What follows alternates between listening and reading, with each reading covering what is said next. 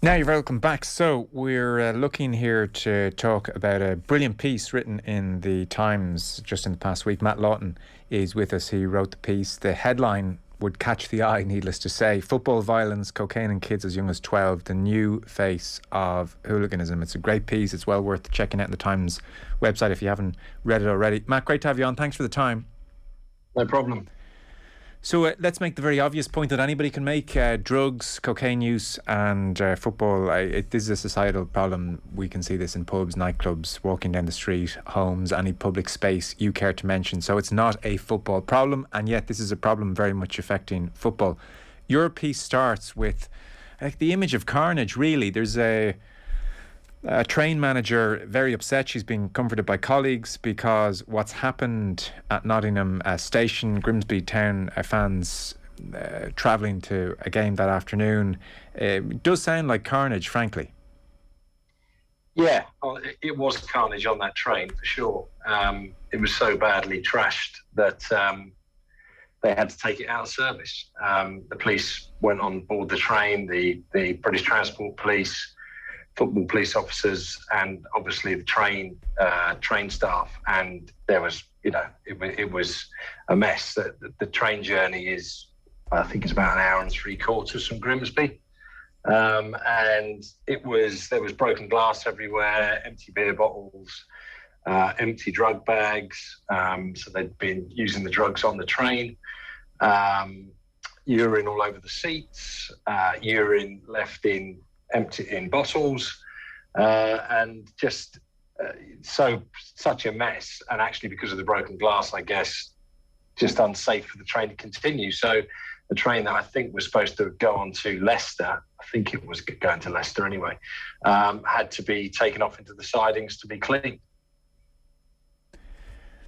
Meanwhile, for a number of passengers, there was the very unwelcome sight of police waiting at the train's destination with sniffer dogs on one occasion. And so you write, fans had wolfed down the drugs before pulling into the station because they had been forewarned. An earlier train was not aware of what was awaiting and arrests were made.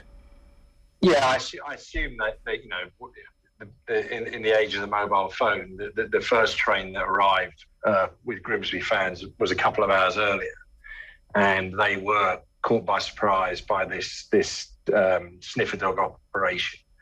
One of the things that came out of the Casey report into all that violence that marred the European Championship final Wembley last summer was the fact that a lot of this disorder that occurred then was fueled by cocaine. As you say, look, this isn't just football's problem. It's extremely common across society. You said it yourself. I think, pubs, bars across the land, cocaine is being used. But it makes sense, doesn't it, that it can also fuel disorder because it will, I guess, it makes these guys feel that little bit more invincible, that little bit more charged up, that little bit more aggressive, perhaps. And it is becoming a problem. And the police's response to that has been to start these random drug searches with dogs. That one in Nottingham that day was the first one they'd done since we did the piece. They were planning to do more, but since we did the piece and we did a couple of films when we were there over the weekend, and one of the films that's on Twitter, I think, has been watched 600,000 times or something. And on the back of that, a number of clubs have contacted the football police unit as well to get the same things done there. So no, but to go back to your point, so the first train arrived, they were caught by surprise. As a consequence of that, before they had to pass the sniffer dogs, a lot of fans dumped their drugs on the ground. So actually, once they'd all gone, there were lots of these little bags left on the train platform. The second train, we assume, they were, their mates they go to games with and alert them to it. So they, rather than discard it on the train platform, they decided to take it on the train. This was a Grimsby Town, Notts County match. I mean, We're talking to you from an entirely different vantage point in that we consume English football, obviously, on television. It's not at our train stations at weekends or across public transport. Yeah. So how commonplace is a scene like that, in so much as you can kind of estimate, without having exact figures, but like a Grimsby Town Notts County match is not making headlines internationally, and yet the scene described there for anybody around the Nottingham station area, and there's a few people quoted just expressing their disgust at the whole thing, and like it's insane that this is just so commonplace. How widespread is it across a weekend of trains being trashed and problems like this? I think it's pretty common because, look, the genesis of this piece was the fact that at the end of last month, the UK Football Policing Unit published these statistics, which were compiled on the back of what happened at Wembley. We saw an issue at Wembley, obviously a serious issue. And they published these statistics, which basically said that since the 1920 season, they didn't compare the 2021 season, obviously, because there was nobody there. But there'd been a huge rise in arrests at football-related arrests, and a huge rise in incidents at football grounds across the top 5 leagues, so from the Premier League all the way down to the National League. And in particular, there's been a real increase at the lower league clubs, I think partly because the Premier League clubs can afford to pay for the policing, the sufficient policing, whereas the lower league clubs, policing is expensive. And therefore, I think it's fair to say that a lot of clubs, a lot of games are under-policed.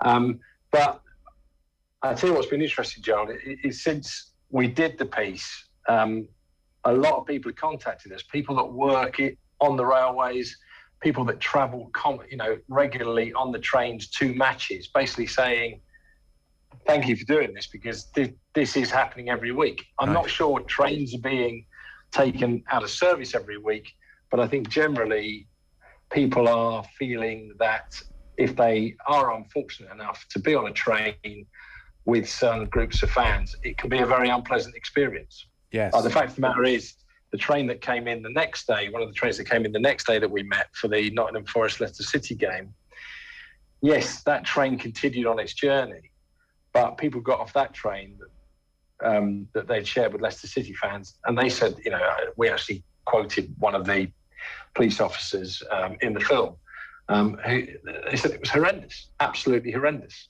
and I just think it's a problem that is, nobody is saying we are back to the bad old days of the sort of 70s, 80s, and early 90s, but the sort of messaging from the police is, if we don't do something about this and get a handle on this, that's where we're heading. Yeah. Yeah. We are at an interesting point, because they certainly, one of the striking images, or the more memorable images from the day of the Euro 2020 final, Sky Sports News is filming I would say what started off okay, but very quickly bubbling situation at Trafalgar Square, for instance, and beyond. And even in just random shots, you're seeing, I'd say, several people across the course of an afternoon being caught on camera snorting some kind of white substance in broad daylight. Yeah. Nobody's passing a glance. And again, to emphasise, this isn't an attack on football. I was out for a meal 2-3 months ago, and it just stuck in my head. Dublin city centre, 7:00 on a Saturday night. We were sitting outside because of pandemic, and there was a group maybe 10 feet from us who caught the eye because wearing tuxedos and looking very well heeled and very smart, and like in the middle of the street, the 20-something-year-old took out some cocaine and snorted it in the middle of the street, and didn't like turn away from the street to face the wall. He just did it, and we're kind of saying, wow, was this happening 10 years ago? Maybe I was blind to it, but it doesn't feel like that was quite happening 10 years ago. So the problem I have is I'm nearly 52 years old, and the height of my social life is going to Pizza Express with the kids. So I don't think it happens very often in Pizza Express. Yeah. Well, at least I don't think so. But no, I think it is commonplace. I'm, as you know, I'm quite a keen cyclist, and lads I cycle with on a Saturday morning, some of them are late 20s, early 30s, and they say to me, it's every work night out, it's going on. So, and they work in industries like recruitment and accountancy, and I think it is pretty commonplace. And I'm not. Crikey, I'm not condoning it. It's all a bit rock and roll for me, but it's as I say, the issue here is the connection with violence, is the fact that it fuels these guys. Yes, they're doing it to get themselves charged up to go for it. And the fact of the matter is, the scene at the train station was one thing over that weekend, Joel, but the really shocking bit was actually the hand-to-hand fighting and smashing pubs up in the city centre the next day. 2 pubs had their windows smashed in.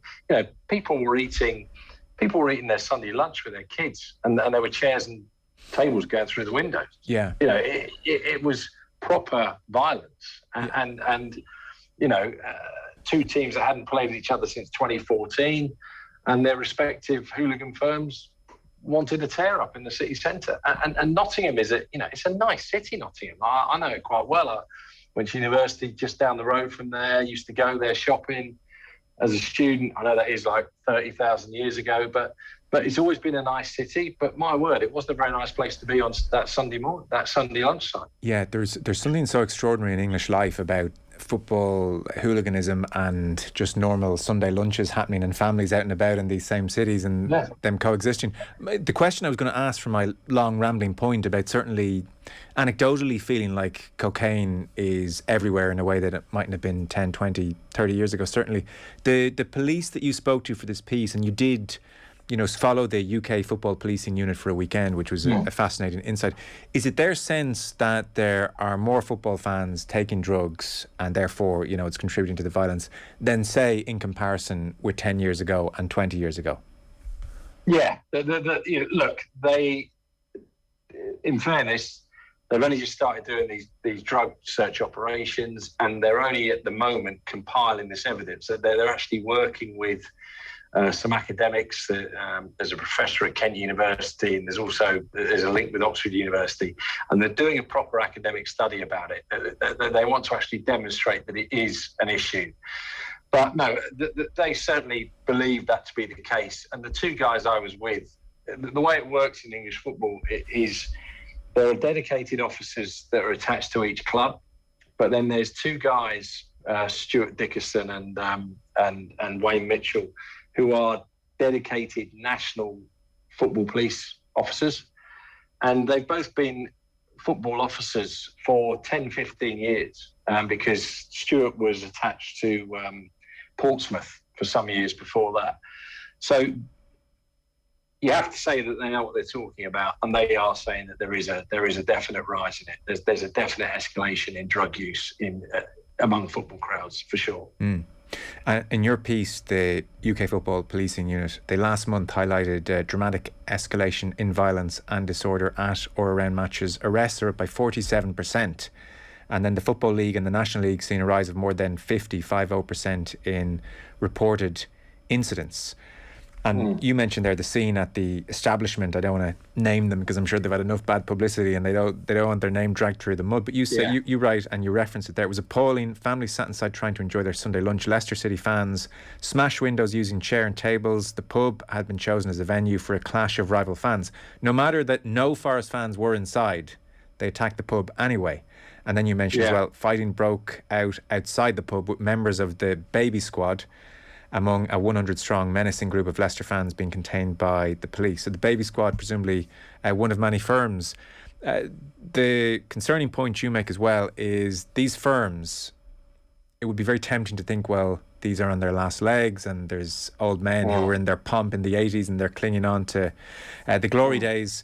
Really, they are out there recruiting kids as young as maybe 12, 13, 14, getting them in some instances to smuggle drugs through for them? Yeah, well, that's certainly the view. And I saw with my own eyes just how young some of the people in these groups are, and they are that young. That's honestly, some of them, they look about 9 stone. You know what I mean? Like they're tiny little lads. You know, they are that young. I'm trying to think how tall I was about that age. I was probably about 5'1", 5'2". So they're not big, but yet they're wearing the same uniform, and they're behaving in the same way.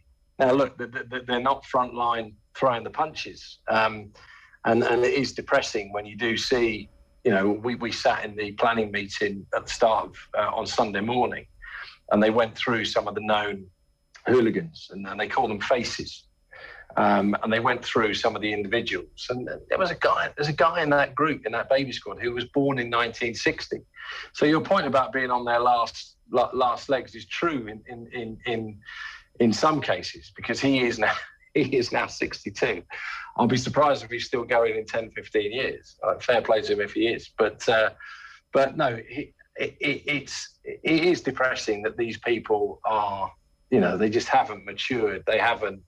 And you could see that there were guys of that age, of my age. There was a guy that was born in 1970, which is the year I was born, and you're just thinking, good grief, seriously, catch yourself on, sort of thing. Yeah. But no, the really alarming bit for me was just how many young lads there are. And there was a 14-year-old lad punched a police officer in the face at Derby a couple of weeks ago. Right. A 12-year-old lad had to be, I'm not sure he was arrested, but officers went and sat down with his mum in the week because he was abusing the police. He was performing pig noises in the face of officers. 12 years old, and one of the officers told us that they'd issued a banning order in Nottinghamshire to a 13-year-old. There was a 15-year-old who they had actually asked to carry their drugs for them, because obviously they thought it was less likely that a kid that young would be checked for drugs. And they are being, one of the inspectors that I spoke to, who's in one of the films, talked about, he compared it to grooming, the sort of grooming that they see in organised crime gangs.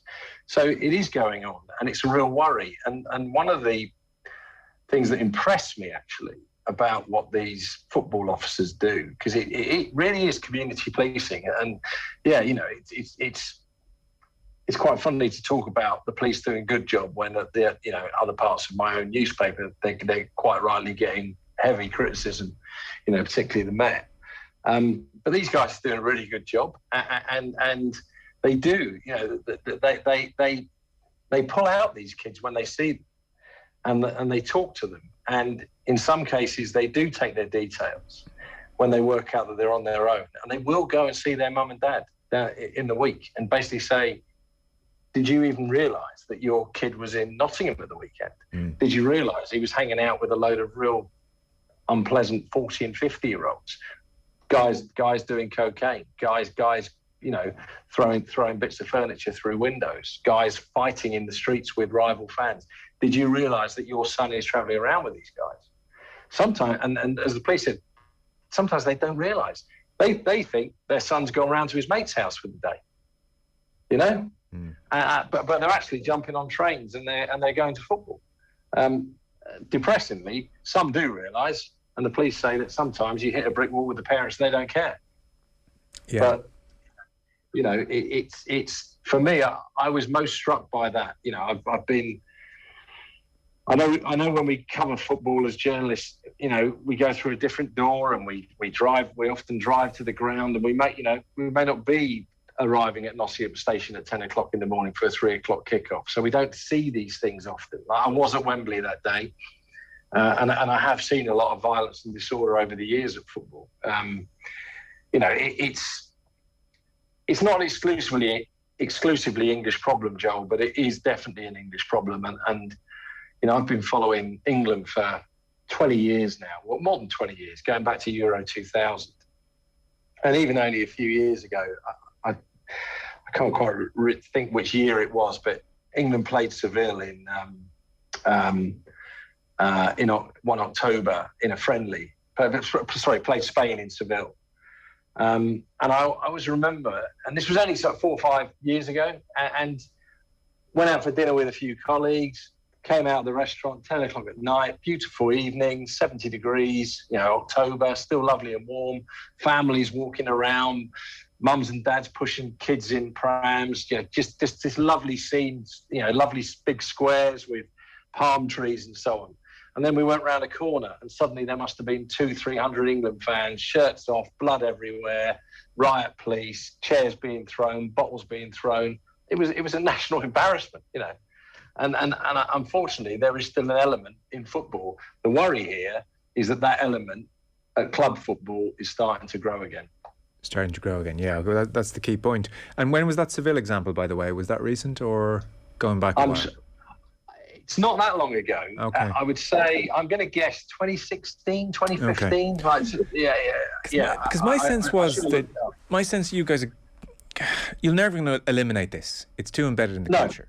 But my sense was that you'd got on top of it to a fair degree. It's never going to be perfect, but to a fair degree, to the point where it seemed like the intelligence was such as to prevent a lot of the main protagonists from travelling to major events. You think of the water cannons of the French World Cup in '98, that those days weren't fully gone and there were going to be isolated incidents for sure, but that you got on top of it to an extent. And again, almost the gentrification of football and the pricing and all-seated stadiums, that football matches have become family events and very family friendly, certainly at Premier League level. So it's quite interesting to place your story into where I thought we were. I definitely think that football made an enormous amount of progress, and you're right, much more of a family affair. I took my elder kids to United a few years ago because it's my nearest Premier League team to where I live, and I had absolutely no concerns about that. As it was, they two girls, I'm not saying girls, but my girls just weren't into it. They didn't bite, they didn't get the bug. But I had no concerns about taking them, and it was, I think they were a tenner each, to take them. And we sat in the family end. They quite enjoyed it. They quite enjoyed it. They actually, it was United versus Middlesbrough, and I think the bit they actually most enjoyed was the family stand there was right next to the away fans. They just loved all the swearing. They just thought it was hilarious. But you didn't feel any danger. But it wasn't that long ago. It was only in the last year, I'm sure. I'm sure I'm right in saying this, Joel, that there were Leeds and Man United fans fighting in the streets of Manchester. So that, it has come back. I do think there is an issue with COVID. I think some of these people who've gone slightly bonkers coming out of lockdown. It was a very interesting point that prior to this weekend in Nottingham, I did a piece with Mark Roberts, who's the head of football policing in the UK. He's the chief constable for Cheshire. So he's a very senior police officer. And I did a piece with him, and he made the point, and this wasn't exclusive to football, this was just generally what they were seeing, was that there is a generation of 18, 19-year-olds who have been locked up for the last couple of years in the sense that we all grew up and we all started, and I've said this before in the last few days, but we would have all started to sneak into pubs and bars when we were maybe 16. Yeah. When we were maybe tall enough to get served, and you'd be chuffed to bits that you managed to get a beer, and then you'd quietly sit in the corner and try not to draw too much attention to yourself. A certain generation of kids have missed out on that in a way. They haven't been able to go out in the same way for the last couple of years. So that kind of education, that kind of coming of age that everyone else has had, they haven't had. And what he said is that you just see, and this isn't true of everybody, of course it isn't. There's lots of perfectly well-behaved, respectful 18, 19-year-olds out there.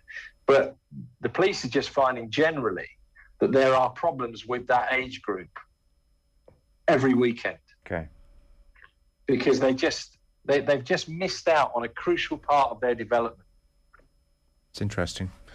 I guess the problem for football is, in percentage terms, It takes a fairly small percentage to trash a train, to destroy Sunday lunch in a city centre, to fight in the streets, and for it to be very eye-catching. And how that's eliminated, I don't know. The concern might be, having read your piece, that we could be heading back to some darker days on a grander scale.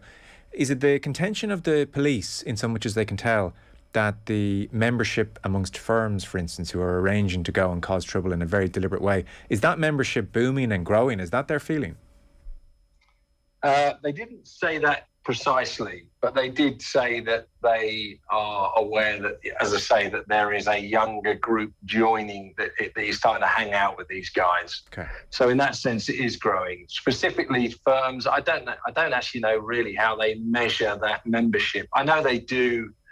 That, you know, they do, I guess they have moles, you know what I mean? Like they do get fed information. They had intelligence on that Sunday morning that there was going to be a renewing of hostilities between those two groups, between the Forest Executive crew and the Leicester Baby Squad. Like moronic names, aren't they?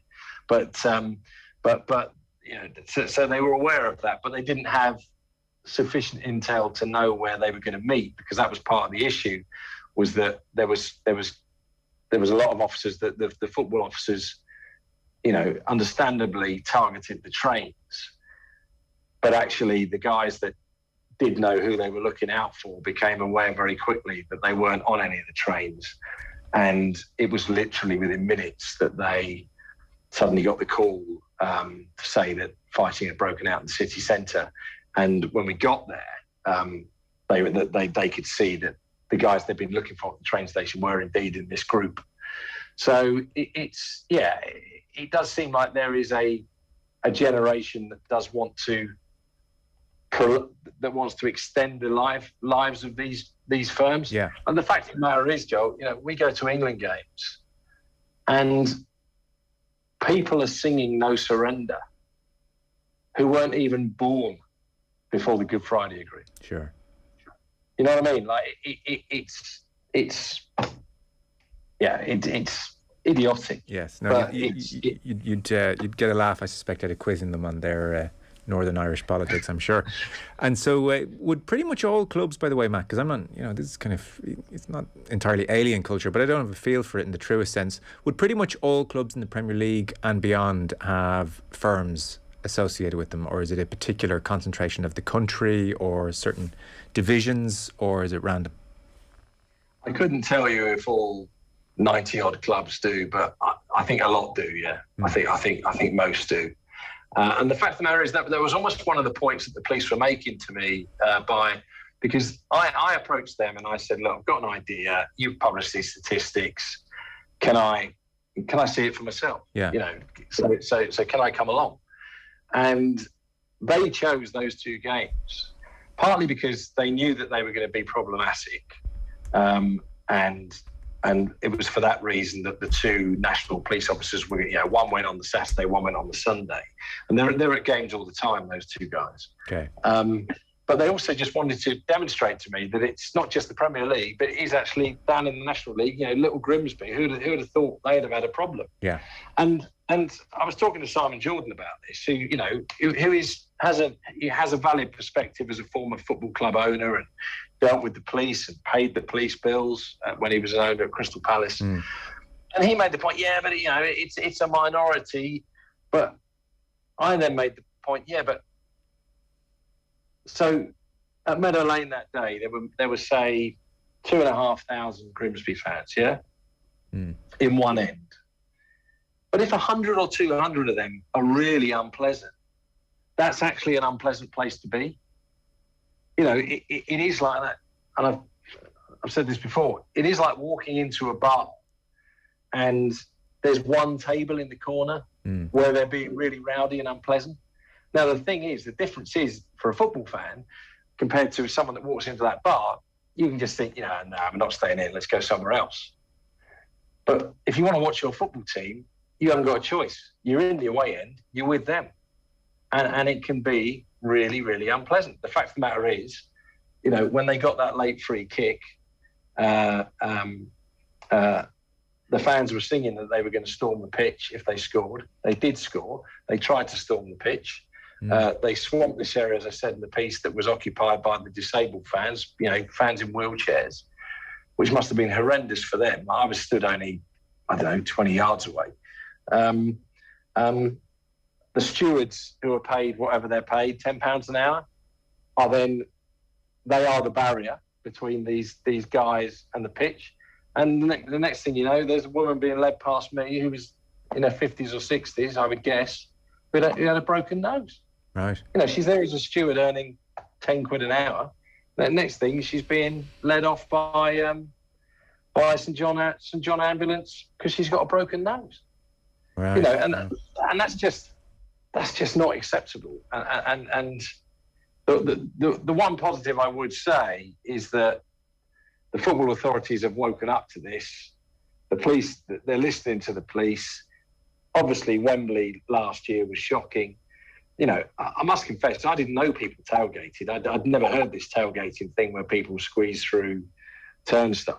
I've seen it on the tube in London, but I didn't know it was so common in football. And that's continuing. A colleague of mine went to the Arsenal-Liverpool League Cup game the other week, and people were tailgating to get in there into that semi-final. So it's still happening. It's a common tactic to illegally gain entry to a ground. Yeah. So yeah, it's interesting. Look, it's an issue. Yeah, I guess we watch the space and see where it goes. I mean, it would be so grim if it went backwards after so much progress. There is just something so intrinsic in football and this culture, and it is the place where you go in the stands and you take out all your pent-up frustrations of life on the players and the things you say that you would never say otherwise, and you bet there's an anonymity and how you can believe. And then one step further, we just have this cohort who take out their frustrations by getting drugged up, getting drunk and smashing things to pieces and fighting. And it's just in society, that frustration, and football is definitely an acceptable sphere where like-minded types get together and say, right, let's cause havoc for a few hours. And I mean, there's various motivations, I'm sure, but it's just a pent-up frustration, pent-up anger, pent-up fecklessness, I don't know what. And I don't think football will ever shake it, It's I was talking to a couple of WPCs and I said I was chatting to one of them, and I said, do you enjoy this? And because I must confess, when I was in that van, I was thinking, poor blimey, this could be a bit lively. Yeah. I was, and there were a couple of moments when we actually got caught, myself and the cameraman, and I'm not trying to compare myself to some kind of war correspondent here, because I think they do generally, put their lives at risk, and I've got nothing but admiration for journalists that do that kind of work. But we made a slightly bad decision, and suddenly got caught between. It's in the film, but it doesn't look that hairy in the film. But it was a little bit concerning because we got caught between police holding back a load of Forest fans and then the police holding back the Leicester fans. And I was looking at this line of officers thinking, good grief, if that line breaks, Alex and I are right in the middle of this. But anyway, it didn't. The police were brilliant. But I was talking to this WPC and I said, do you enjoy it? And she said, I find it fascinating. She said, what I find fascinating is sometimes when you arrest these guys and you talk to them, they actually lead very normal lives. There's a fight club quality to it. Yeah, they've got wives, they've got kids, they've got decent jobs, but on a Saturday they go bananas. Yeah, and I know we've seen that before. There's that, I can't think of the name of the film, but there's that Gary Oldman film, which is which I thought really summed it up for me. The old style hooliganism, but they still see that, and I guess the officers, they do find that interesting. That sort of that brush with those kind of people that you just, I'm sure their colleagues, their families wouldn't believe that they could undergo that kind of transformation on a Saturday, but they do.